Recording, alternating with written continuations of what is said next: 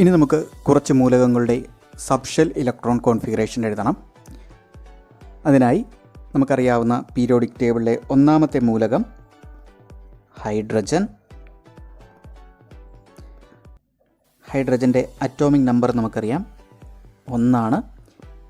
അതിൻ്റെ electron configuration ഒരു ഇലക്ട്രോണേ ഉള്ളൂ, അതുകൊണ്ട് ഇലക്ട്രോൺ കോൺഫിഗറേഷനും 1 തന്നെയാണ്. ഇനി സബ്ഷെൽ ഇലക്ട്രോൺ കോൺഫിഗറേഷൻ എഴുതണം. അതിനു മുമ്പ് ഒന്നുകൂടെ ഓർമ്മിപ്പിക്കുന്നു, നമ്മുടെ subshell electron കോൺഫിഗറേഷൻ്റെ order 1s 2s 2p 3s 3p 4s 3d 4p 5s 4d 5p 6s 4f. ആ ഒരു ഓർഡറിൽ പഠിച്ചിരിക്കുന്ന സബ്ഷെൽ കോൺഫിഗറേഷൻ, അതിലെ ഒന്നാമത്തെ സബ്ഷെൽ 1s. ആ 1siലേക്ക് ഒരു ഇലക്ട്രോൺ ഉള്ളത് നമ്മൾ ഇട്ട് കൊടുക്കുക. അത് എഴുതുന്ന രീതി ഇങ്ങനെയാണ്: 1s, എസിന് മുകളിലായിട്ട് ഒരു ഇലക്ട്രോൺ കൊടുക്കുക. അപ്പോൾ നമുക്ക് കിട്ടിയ ഹൈഡ്രജൻ്റെ സബ്ഷെൽ ഇലക്ട്രോൺ കോൺഫിഗറേഷൻ 1s1 ആണ്. മറ്റൊരു ഉദാഹരണം നോക്കാം. നമുക്കറിയാവുന്ന പീരിയോഡിക് ടേബിളിലെ രണ്ടാമത്തെ എലമെൻ്റായിട്ടുള്ള ഹീലിയം. അതിൻ്റെ അറ്റോമിക് നമ്പർ നമുക്കറിയാം 2. അതിൻ്റെ ഇലക്ട്രോൺ കോൺഫിഗറേഷൻ 2. ഇനി അതിൻ്റെ സബ്ഷെൽ ഇലക്ട്രോൺ കോൺഫിഗറേഷൻ എഴുതുമ്പോൾ നമ്മൾ നേരത്തെ എഴുതിയ പോലെ തന്നെ ആദ്യത്തെ സബ്ഷെല്ലായിട്ടുള്ള 1s എഴുതുക. അതിനുശേഷം ഈ എസ് സബ്ഷെല്ലിന് മുകളിലായിട്ട് 2 ഇലക്ട്രോണുകൾ കൊടുക്കുക. കാരണം എസ് എന്ന സബ്ഷെല്ലിൽ മാക്സിമം നമുക്ക് 2 ഇലക്ട്രോണുകൾ വരെ ഉൾക്കൊള്ളിക്കാനാവും. അതുകൊണ്ട് ഹീലിയത്തിൻ്റെ സബ്ഷെൽ കോൺഫിഗറേഷൻ 1s2 ആണ്. അടുത്ത ഒരു ഉദാഹരണം കൂടെ നോക്കാം. നമ്മുടെ പീരിയോഡിക് ടേബിളിലെ മൂന്നാമത്തെ മൂലകമായിട്ടുള്ള ലിഥിയം. അതിൻ്റെ അറ്റോമിക് നമ്പർ 3. ഇലക്ട്രോൺ കോൺഫിഗറേഷൻ എഴുതുമ്പോൾ 2 1 എന്നെഴുതണം. ആദ്യത്തെ ഷെല്ലിൽ 2 ഇലക്ട്രോൺ, രണ്ടാമത്തെ ഷെല്ലിൽ 1 ഇലക്ട്രോൺ. ഇനി ഇതിൻ്റെ സബ്ഷെൽ കോൺഫിഗറേഷൻ എഴുതുമ്പോൾ ആദ്യത്തെ സബ്ഷെൽ 1s, അതിൽ മാക്സിമം 2 ഇലക്ട്രോൺ കൊടുത്തു. ഇനി 1 ഇലക്ട്രോൺ മിച്ചമുണ്ട്, അത് അടുത്ത സബ്ഷെല്ലിലേക്ക് പോകും. അതായത് 1s കഴിഞ്ഞ് 2s, 2sന് മുകളിലായിട്ട് 1 എന്ന് കൊടുക്കുക. അപ്പോൾ ലിഥിയത്തിൻ്റെ subshell configuration 1s2 2s1.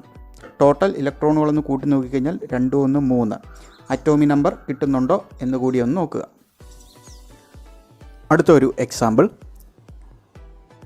Periodic ടേബിളിലെ നാലാമത്തെ മൂലകമായിട്ടുള്ള ബെർലിയം.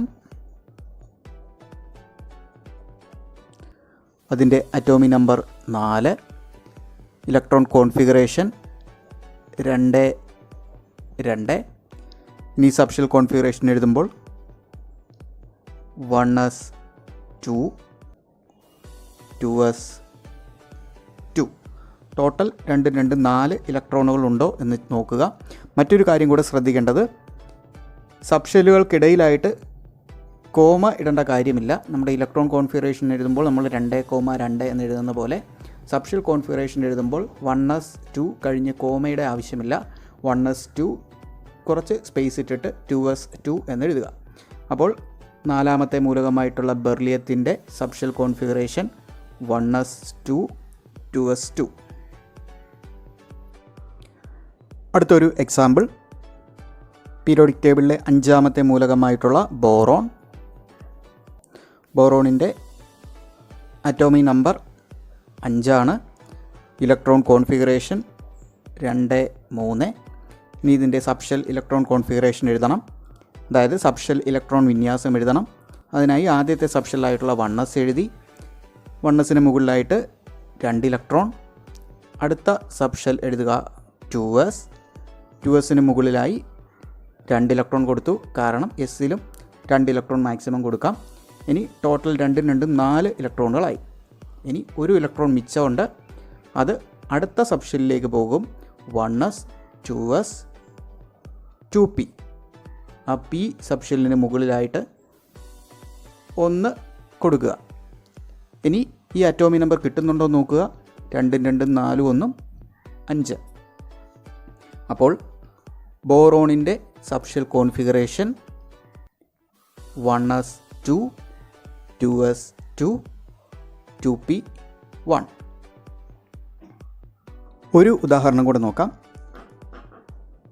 പീരിയോഡിക് ടേബിളിലെ ഒരു എലമെൻ്റ് ആയിട്ടുള്ള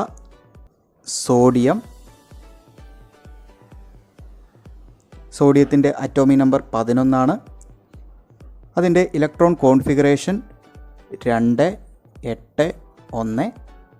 ആകെ 11 ഇലക്ട്രോണുകളുണ്ട്. ഇനി അതിൻ്റെ സബ്ഷെൽ കോൺഫിഗറേഷൻ എഴുതുമ്പോൾ 1s2 2s2.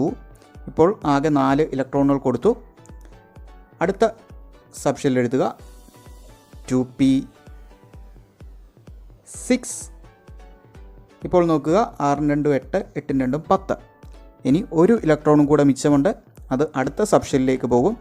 1s 2s 2p 3s. അതിലേക്ക് മിച്ചമുള്ള ഒരു ഇലക്ട്രോണും കൂടെ കൊടുക്കുക. ഇനി ഈ അറ്റോമിക് നമ്പർ കിട്ടുന്നുണ്ടോ അല്ലെങ്കിൽ ഈ 11 ഇലക്ട്രോണുകൾ കിട്ടുന്നുണ്ടോ എന്ന് നോക്കുക. 2 2 2 4 6 4 10 1 11.